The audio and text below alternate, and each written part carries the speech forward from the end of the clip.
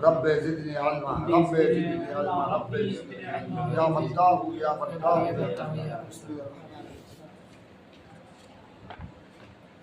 এটা এমনি সংক্ষেপে বলা হয় তাফসীরুল বাইজাবি তাফসীরুল বাইজাবি আমরা তাফসীরে বাইজাবি বলি আর কি আসল নাম আনওয়ারুত তানজিল ওয়া আসরারুত তা'বীর আনওয়ারুত তানজিল ওয়া আসরারুত তা'বীর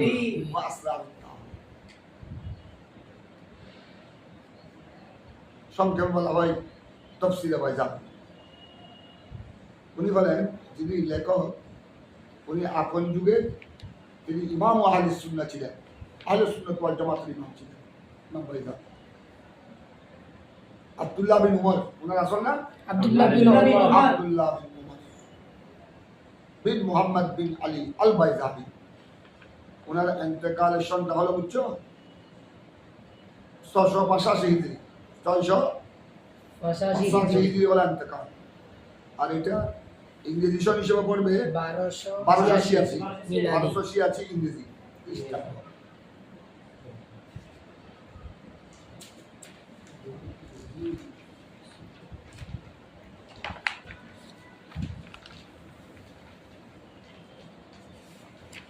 তারপরে এখানে একটা তোমরা 6 নম্বর পৃষ্ঠা দেখো 6 নম্বর পৃষ্ঠাতে তোমরা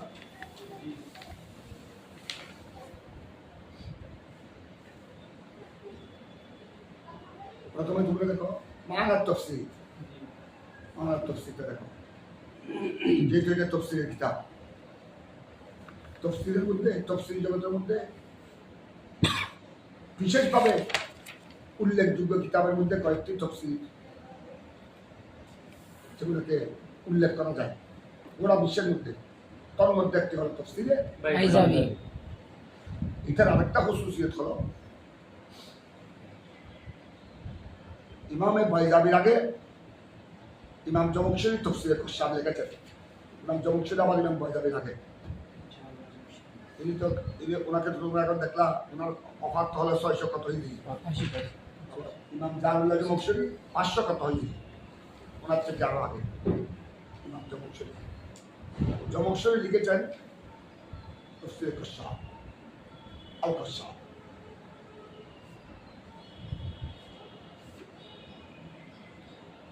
জমখশরি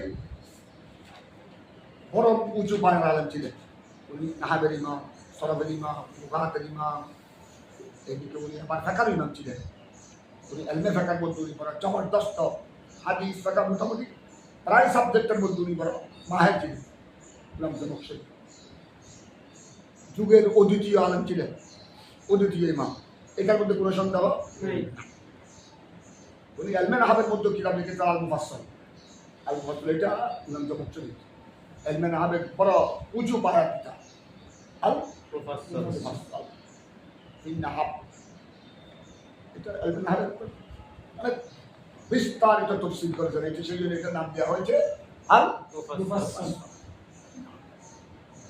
ইলমে নাহাবের কয়েকটি প্রসিদ্ধ কিতাব আছে না যেমন আল কাফিয়া কাফিয়ার সরা হলো সবাই জানেন এই পর্যায়ের উনি আরো অনেক কিতাব লিখেছেন মোটামুটি উনি একজন যুগশ্রেষ্ঠ ইমাম ছিলেন এটার মধ্যে কারো কোনো আপত্তি নাই এই জন্য উনার তাফসীরে কাশাফ কিন্তু তিনি ফিকহের মধ্যে ছিলেন হানাফি উনি আবার ফুরুয়াতের মধ্যে হানাফি ছিলেন মাসাইলে ফিকহিয়া মাসাইলে শরিয়ার মধ্যে হানাফি ছিলেন প্রায় ইমাম আজমের কৌলের উপর তিনি ইমাম আজমের কৌলের উদ্ধৃতি দিয়েছেন এই জন্য ওনাকে ফুরুয়াতের মধ্যে হানাফি বলেছেন তবে ইতিকাদ নিয়ে প্রশ্ন আছে আকীদা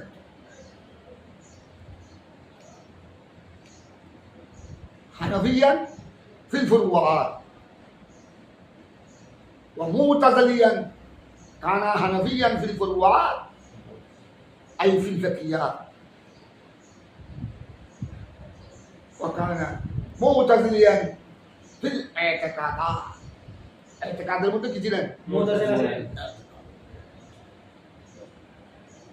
এটা হলো জুমহুরের অধিকাংশ ইমাম বলেন আবার এটাও না, তফসিরে কসাফ এটা দেখলে এটা বুঝে যাবে। জায়গায় জায়গায় দেখি তফসিরে কসাফের মধ্যে যে সমস্ত আয়াতের তফসিরে তিনি সুযোগ পেয়েছেন, ওখানে মাযহাবুল ই'তিজাল মুতাযিলি মাযহাবকে তিনি তুলে ধরেছেন।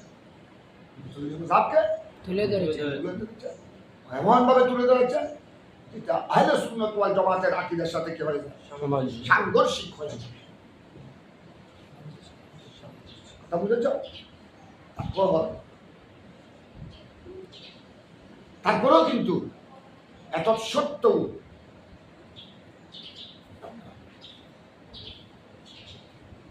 আহলে সুন্নাত ওয়াল জামাতের ময়দানও তাফসীরে ফায়জাবি যেভাবে দরজ চলে সেভাবে তাফসীরে কাশফ। এমনকি আমাদের বাংলাদেশেও একদম পূর্ব পাকিস্তানের মধ্যে থেকে, যখন এটা মাশরাকি পাকিস্তান ছিল, পূর্ব পাকিস্তান, তখন আমাদের দেশে এডুকেশন, তখন তো আর বিশ্ববিদ্যালয় ছিল না।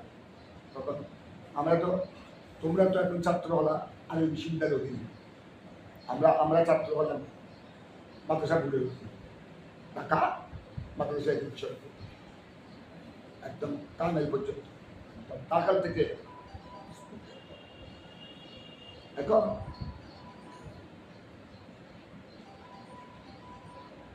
আমাদের পূর্ব পাকিস্তানের মতো, পূর্ব পাকিস্তান আমল থেকে কামেল ক্লাসে, কামেল তফসিরে তো কামেল 4টা বিভাগ না, হাদিস, ফাকাহ, তফসির, আদব। কামেল তফসিরে তো তফসিরে ফায়জাবি, তফসিরে কাশফ আছেই। আবার এমন কি কামেল হাদিসের মধ্যে আপনার একদম পূর্ব পাকিস্তান থেকে, মাশরাকি পাকিস্তান থেকে মাদ্রাসা এডুকেশন বোর্ডের ছিল আপনার কামেল হাদিসের মধ্যে, টাইটেল ক্লাসের মধ্যে কাশফ। ফায়জাবি হলো সূরা ফাতিহা আর কাশফ হলো আলে ইমরান। সূরা ফাতিহার আলে ইমরান ছিল কাশফ থেকে, আর ফায়জাবি ছিল, ফায়জাবি থেকে ছিল তাফসীরে বাকারা, সূরা বাকারা তাফসীর, আর কাশফ থেকে সূরা ফাতিহা, আমরা কিভাবে পড়ছি? আমরা তো কামেল দিয়েছি 1981 কামেল হাদিস, আমরা ওইভাবে পড়েছি। আমরা কামেল হাদিস সালাম বল প্রথম বর্ষে পড়েছি ফায়জাবি,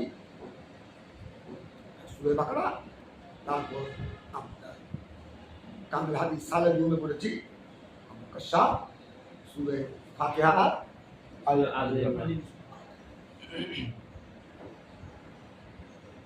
আমি জামিয়ায় 81 পরে মুদারিস হওয়ার পর আবার কাশফ আমার জিম্মায় ছিল। অনেকদিন কাশফ ছাত্রদেরকে পড়াবার সুযোগ হয়েছে, আলহামদুলিল্লাহ, দীর্ঘদিন।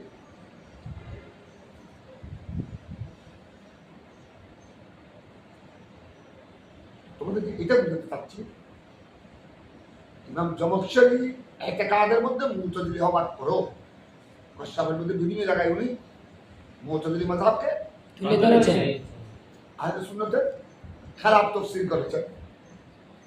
তারপরেও কিন্তু সুন্নি অঙ্গন, এমনকি মাদ্রাসা এডুকেশন বোর্ড একদম পূর্ব পাকিস্তান থেকে মাদ্রাসা বোর্ডের অধীনে ফায়জাবির মতো কাশফও কি ছিল, সিলেবাস।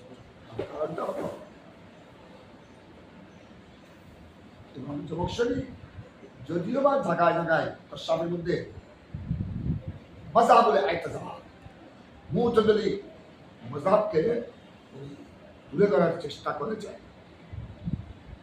তারপরেও কিন্তু কাশফের দ্বারা, কাশফের মাধ্যমে এমন কিছু জানা যায়, তাফসীরে কাশফের ইলমে নাহব, ইলমে সারাফ, ইলমুল কিরাআত, ইলমে তাজবীদ, ইলমে বালাগত, যেভাবে কাশফের মধ্যে এগুলো তুলে ধরেছেন, নাহব, সারাফ, বালাগত, হিকমত, এটা কিন্তু অন্য তাফসীরের কিতাবের মধ্যে পাওয়া যায় না।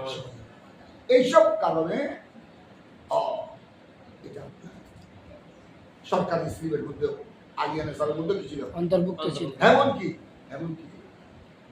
ইউনিভার্সিটি, চিটাং ইউনিভার্সিটি, ঢাকা ইউনিভার্সিটিতেও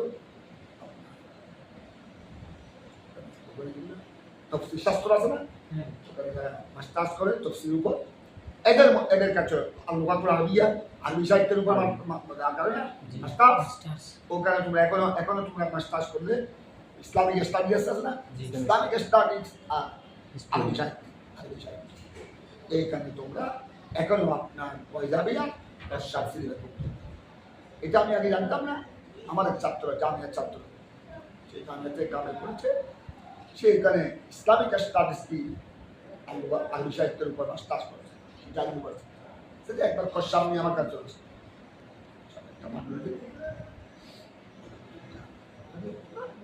তোমরা কশ্যাপ পড়াও জবাব খুব গুরুত্বপূর্ণ সব। এদেরকে আমার ওই ইউনিভার্সিটিতে তুমি তো অনেকে পড়তেছ, তোমরা জানো। আমি যার ইউনিভার্সিটি পড়লে ইউনিভার্সিটিতে আমাদের সিলেবাস দেয়, একটা সিলেবাস, শর্ট সিলেবাস। এরা আমার শিক্ষকরা, প্রফেসররা ওই ছাত্রদেরকে পরীক্ষা আগে সিলেবাস দিয়ে, মানে 10টা 15টা ওখান থেকে চলে আসে। প্রত্যেক সাবজেক্টের যিনি প্রফেসর মালিক স্যারা, এরা যে শাসন দেয় ওই শাসন থেকেই এরা তো ইউনিভার্সিটি যেগুলো সাহিত্য শাসিত, এরা নিজস্ব সব নিজস্ব স্বাধীনতা। এরা এরা নিজেই, যিনি যে ডিপার্টমেন্টের যিনি যে সাবজেক্টের যিনি টিচার, উনি নিজেই করবে, উনি নিজে সাজেশন করবে, উনি নিজে খাতা কাটবে, কথা বলছে উনি অল ইন অল। উনি আমার তাই আমি বুঝতে পারলাম। সুরা আল ইমরানের শুরু দিয়ে সে আমার কাছে নিয়ে আসলো, একটু টাকা ফল করতে আমাদেরকে কষ্ট পড়াচ্ছে, সুরে ফাতিহা পড়াচ্ছে, আল ইমরানে পড়াচ্ছে। তবে এই জায়গাটা আমার বুঝে আসছে, ছাত্র ভালো ছিল, তাকে আমি করি। এটার কারণ হলো তফসিরে কশ্যাপ যুবক শরীফ যেটি অতিথি ইমাম ছিলেন, এবং তার তফসিরে কশ্যাপের মধ্যে এমন যেই রোশনি পাওয়া যায় বিভিন্ন বিষয়। উনি যখন কোরআনে পাকের বিভিন্ন শব্দ নিয়ে যখন তাহকিক করেছেন, একটা তাহকিকের সমুদ্র করে। আবার যখন কোরআন আয়াতের প্রেক্ষিতে নাহাবের কায়দা বয়ান করেছেন, সময় সময় নাহা, সময় সময় তারা ইলমুল বালাগত এমনভাবে তিনি চমৎকারভাবে তুলে ধরেছেন, এটা অন্যান্য তফসিরের কিতাবের মধ্যে পাওয়া যায় না। এই জন্য তফসিরে কশ্যাপ একদম ওই উনার আমল থেকে, যেভাবে ইমাম বুখারীর যুগ থেকে সহিহ বুখারী চলতেছে চলমান এখনো পর্যন্ত তোমরা পড়ছো, ঠিক ইমাম জমখশরীর যুগ থেকে এই তফসিরে কশ্যাপ লেখার পর ফিল আরব ওয়াল আজম, ফিল আরব ওয়াল আজম এই তফসিরে বাইজাবি খুসুসিয়ত হলো ইমামে বাইজাবি বিশাল কাজ করেছে। বাইজাবি তোমরা পড়লে তো বুঝবে, উনিও তাহকিক কম করে নেই, উনি তো জবরদস্তি না, যুগের সরাই না। উনি আবার ওনার বড় খুসুসিয়ত হলো, উনি আবার আপন যুগের মধ্যে কি ছিলেন, উনি 700 হিজরি মানুষ, 600 হিজরি ওনার 700 হিজরি মানুষ, 700 হিজরির মধ্যে উনি ইমামে আহলে সুন্নাহ ছিলেন, আহলে সুন্নাহ সর্বজন গ্রহণযোগ্য ব্যক্তিত্ব ছিলেন না। ওনার এটার খুসুসিয়ত হলো এখানেও তিনি কশ্যাপের মতো তাহকিক, লোহা, কারাত এগুলি সব বলেছেন।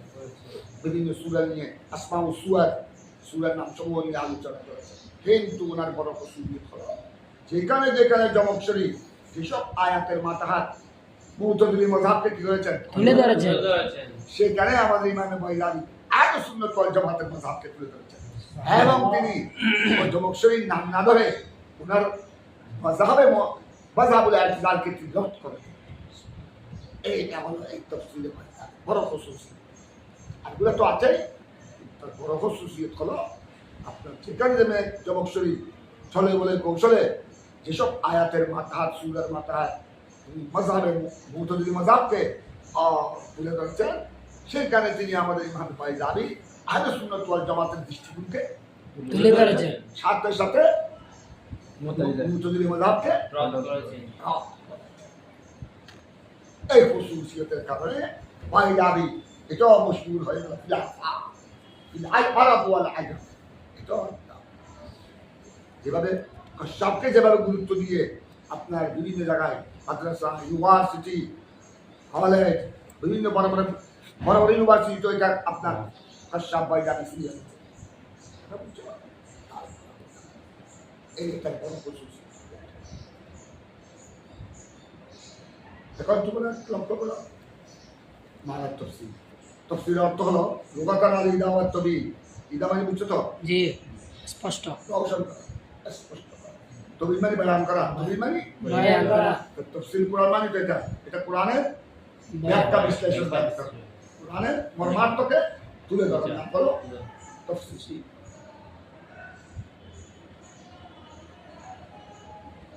তফসিল শব্দ কোরআনে পাকের মধ্যে এসেছে। তফসিল শব্দ কোরআনে পাকের মধ্যে যেমন তোমরা দেখেছ বিসমিল্লাহির রহমানির রহিম ওয়ালা ইয়াতুনাকা বিমাসালিন ইল্লা জিনাকা বিল হক ওয়া আহসানা তাফসীরা। আল্লাহ নিজে শব্দ এনেছেন ওয়া আহসানা তাফসীরা। আহসানা। আবার এটার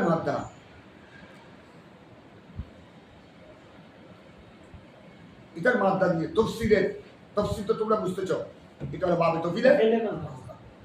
এটার মাত্রা তো সরাসরি তোমরা বুঝতেছ ফাসি র ফাসি ফাসারু। আর কোলের মধ্যে কি আছে? এটার মাত্রা সফল। তফসিলের মাত্রা সফল। সিন ফা র। তো সিন ফা রা হলে তো এটা আপনার বাবে তফিলের মধ্যে কি হওয়া ছিল? তাসফির। তাসফির হওয়া ছিল। তাসফির এটাকে বলা হয় আলফাজে মাকলুবা। এটা মকলুব হয়েছে, মকলুব পরিবর্তন হয়। আসলে যদি এইটার মাদ্দা যদি ফাসিম রা হয় তখন কোনো অসুবিধা নেই। তখন ঠিকভাবে মিলেছে। ফাকলমা আইন কলমা ঠিক আছে। ঠিক আছে। আর যদি যারা বলেছেন এটার মাদ্দা সিন বার সফর। সফরুল সফরকে সফর বলা, সফর মানে ভ্রমণ করা। সফরকে সফর কেন বলা হয়? যেহেতু ভ্রমণের দ্বারা অনেক কিছু অজানা কিছু কি হয়ে যায়, জানা হয়ে যায়। তুমি যখন বিভিন্ন বিদেশ ভ্রমণ করবে, যখন তুমি ইন্ডিয়া যখন দেবে, এখন তোমরা ভারত সম্পর্কে ইতিহাসে যা পড়েছ এতটুকু জানো, পাকিস্তান সম্পর্কে ইতিহাসে যা পড়েছ, সৌদি আরব সম্পর্কে যা শুনেছ যা পড়েছ তা না। কিন্তু তুমি প্রত্যক্ষভাবে সফর করলে অনেক কিছু কি হয়ে যাবে, জানা হয়ে যায়। কৌশল হয়ে যাবে। এই জন্য তফসিলের এক পরিগুলো বলেছে যে তফসিলের মাত্রা ফাসাদ নয়, সফর থেকে এটা কি হয়েছে? মকলুব হয়েছে। মকলুব মানে পরিবর্তন। এটা একটা আসল মাত্রাটা হলো ফাসা সাফ আরা সিন ফারা সফর। সিন হলো বা কলমা, ফা হলো আইন কালিমা। এখন তফসিলের মধ্যে আইন কলমা কি হয়ে গেল? মাকলুব। এগুলোকে আলফাজে মুসহাফা বলা হয়, আলফাজে মকলুবা বলা হয়। তবদিল তাকিদ করা। ফা কলমাকে আইন কলমাতে নিয়ে যাবো, আইন কলমাকে কালিমা নিয়ে যাওয়া। এইটুকু। আর যখন এটার মাত্রা হবে হাসারুল ফাসিনরা, তখন এটা অর্থ হলো আল-ইবানা ওয়াল কাশ। ফাসলুনের তল আল কাশ খুলে দেওয়া। আল কাশ মানে খুলে দেওয়া। তফসির যেহেতু ইলমে তফসির, এটা কোরআনে পাকের মানি মতলবকে কি করে দেয়? খুলে দেয়। ব্যাখ্যা বিশেষ করে ইমাম রাগিব ইসফাহানি, লুগাতের বড় ইমাম আল্লামা রাগিব ইসফাহানি, স্পেনের মানুষ। উনি এটা বলেছেন। উনি আবার দুটো বলেছেন। ইমাম রাগিব ইসফাহানি বলেছেন তফসিরের মাত্রা ফাসলা হতে পারবে, দুটোটা করিবুল মান। দুটোটা কি করিবুল মান। আল ফাসলু উনি বলেন ক্বালা রাগিব আল ইসফাহানি রাহমাহুল্লাহ আল ফাসল ওয়াস সাফর ইয়াতারাকা ইয়াতাকারাবু মা'নাহুমা কাতাকারুবি লাফজাইহিমা। ইমাম রাগিব ইসফাহানি সুন্দর একটা ফয়সালা দিয়েছেন। এই দুটোটা তফসিরের মাত্রা ফাসলও বলা যাবে, সাফারও বলা যাবে। দুটোটার মানে করিব। ওদের যেভাবে দুটোটা লফজের দিক দিয়ে করি, লফজের দিক দিয়ে কাছাকাছি, একটা হলো সাফার, একটা ফাসার। অর্থাৎ ফা কলমা আইন কলমা হয়েছে, আইন কলমা লফজের মধ্যে যে ব্যাপার, তাদের একটা কি আছে? নিকটতম সম্পর্ক আছে। দুটোটার অর্থের মধ্যে নিকটতম সম্পর্ক আছে। এগুলাকে বলা হয় করিবুল মানা। লফজ দুটা কিন্তু মানা প্রায় কাছাকাছি, অর্থ প্রায় কাছাকাছি।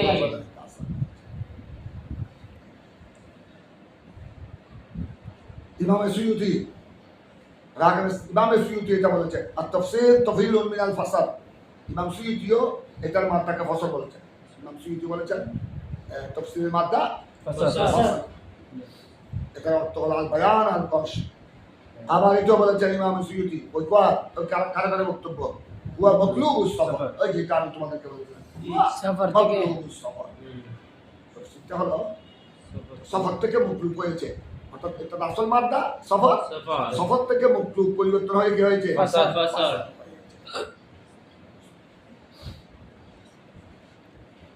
এই জন্য আরবের মধ্যে মহাবারা আরবের প্রবাদ বাক্য আছে ভোর যখন দেখো ভোর প্রভাত যখন একদম আলু মেলে দেয় ভোর প্রভাতে যখন আলু চড়িয়ে দেয় তখন আরবিরা বলে আসফারাস সুবহ আসফারাস সুবহ। এটা কখন বলে ইজা আদা আদা, যখন আলোকিত হয়ে যায়। যখন কি হয়ে যায় আলোকিত হয়ে যায়।